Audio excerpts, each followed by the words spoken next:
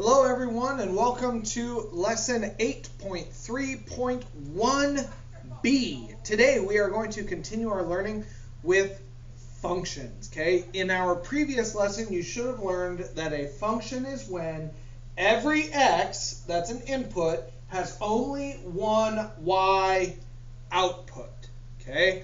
One input, one output. You can't have the same thing going to two different places. It'd be like this. I'm a school teacher. Can I have 25 kids in first period, second period, third period, fourth period, fifth period? Is it okay if I have 25 kids all period long? Yeah, that's totally okay to have a repeating y value. But is it okay if I have two different first period classes? Oh, I've got to be over here in room 12 teaching 25 kids. Is it okay if I have a first period class up in the library with 30 kids? Is that okay? No, I can't be in two places at once. And that's what a function is. Same number of kids all day long. That's totally okay. But I can't be in two first periods at the same time. That would not be okay. So that's what a function is. And we're looking at 4 different graphs today, thinking, is this a function? Is this not a function? Is it linear? Is it not linear? Is it growing? Is it not growing? We have to be able to look at all these different opportunities, different options that we're dealing with. So you have A, B, C, and D. For each one today, you have 4 different graphs. Now, unfortunately at home, you don't have graphs in your notebook. You need to get a piece of graph paper, or you can make graph paper.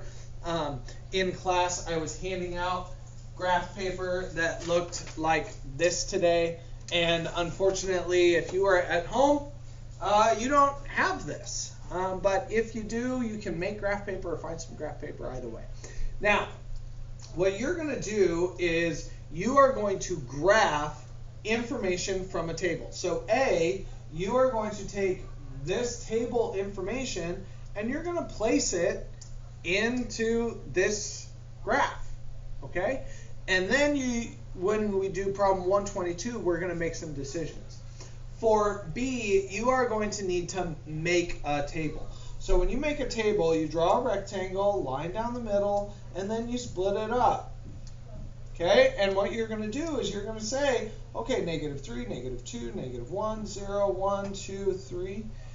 That's making a table. And then you have to apply your understanding of this function, and you have to say, okay, what is the absolute value of -3 minus 2? Excuse me.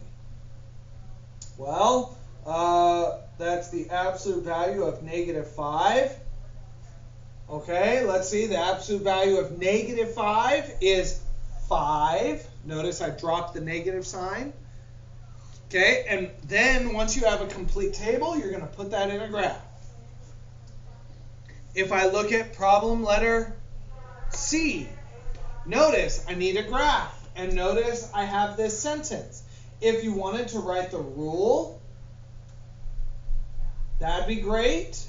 But ultimately, you are turning this into a graph. Problem letter D is probably the hardest.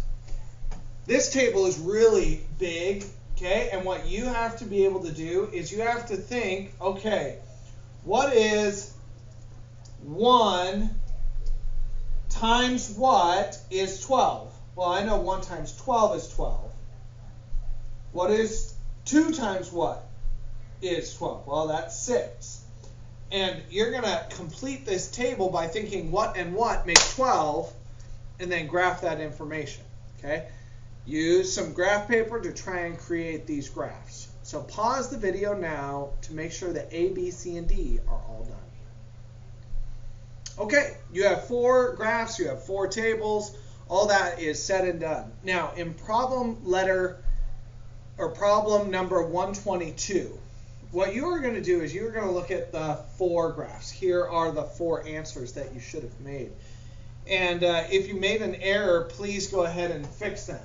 Okay? But in 122, you have 5 lines, A, B, C, D, and E. Cross off letter E. You don't need it. Because in problem letter A, you are going to describe this graph. Is it linear or not linear? Is it a function or not a function?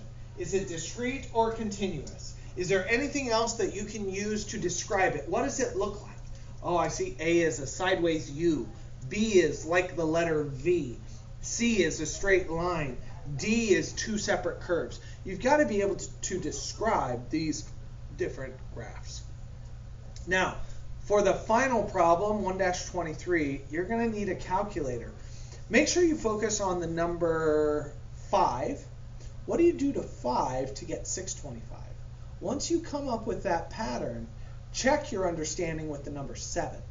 Once you kind of figure out what that is, you'll be able to write the rule at the bottom.